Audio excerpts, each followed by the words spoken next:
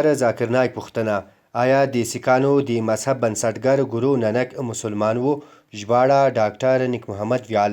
د اسلامي نړۍ د ستر عالم ډاکټر عبدالکریم ذاکر نايک څخه یو هندي سیک پوښتنه کړې چې آیا د دوی یعنی سیک مذهب بنسټ ایښودونکی او مشر ګورو نانک مسلمان و او کنه. ډاکټر ذاکر نايک پوښتنه په لاندې ډول ورځواب کړې ده: مسلمان د عربي ژبې کلمه ده چې معنا یې ده هغه کس چې پر یو خدای او د الله جل جلاله په مطلقه ځواک باور لري.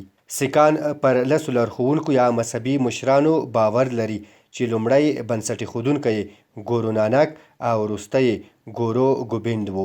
د ګورو ګوبیند باور چې د سیکانو مذهبي لیکنو څخه دی پکې راغلی دي: خدای ریښتینی دی، خدای خالق دی، خدای له ویرې او غوښتنو لرې او مستثنا دی، هغه بشپړ وجود لري، خدای تلپاتې دی، خدای لوی او مهربان دی. نو دغه کلمې د سپېڅلي قرآن کریم د سورت اخلاص د دغه مبارکو آیاتونو سره ورته والی لري. ژباړه: ووایه هغه الله دی، یوازې یو دی، الله هیچا ته اړ نه دی او ټول هغې ته اړ دي، نه هغه څوک زیږولی دي او نه هغه له چا زیږول شوی دی او هیڅوک د هغه سیال نشته. نو که چیرې تاسې د سیکیزم په اړه فکر وکړئ، هغه مذهب دی چې پر یو خدای باور لري. په دغه مذهب کې خدای صاحب، خالق، یوازینی رښتینی خدای، رحیم او مالک ذکر شوی دی. دغه ورته والي ته په کتو زه فکر کوم چې ګورو نانک مسلمان و، یعنی د عربي ژبې د لغوي معنا پر اساس مسلمان هغه څوک دی چې پر یو خدای باور لري. خو د سیک مذهب په اړه چې عالمان وایي دغه مذهب په 15مه زیږدیزه پیړۍ کې په پنجاب کې منځته راغی. عالمان وایي چې دغه مذهب د اسلام او هندویزم ګډونه ده. دغه هغه څه دي چې عالمان ذکر کوي.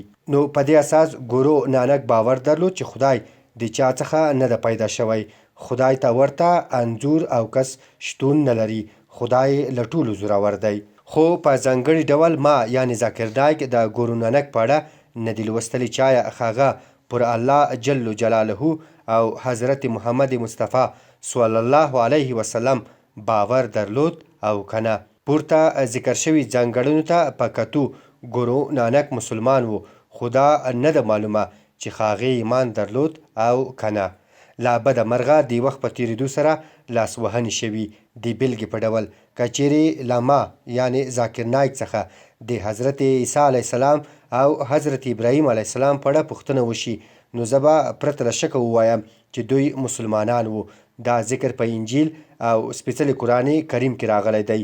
خو په انجیل کې چې کومې لاسوهنې شوي دي او په څرګند ډول دغه لاسوهنې د خدای خبرې نه دي او دوی یعنی بلارې شوو پکې ورزیاتې کړي دي. څه ډول چې په انجیل کې لاسوهنې شوي، همدا ډول د سیکیزم مذهب په لیکنو کې هم لاسوهنې شوي او له بده مرغه چې خلکو د ګورو نانک او نورو عبادتونه پیل کړل.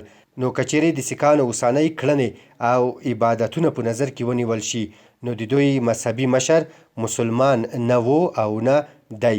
خو که چیرې د هغې باور ته پام وشي، نو هغه یو مسلمان و.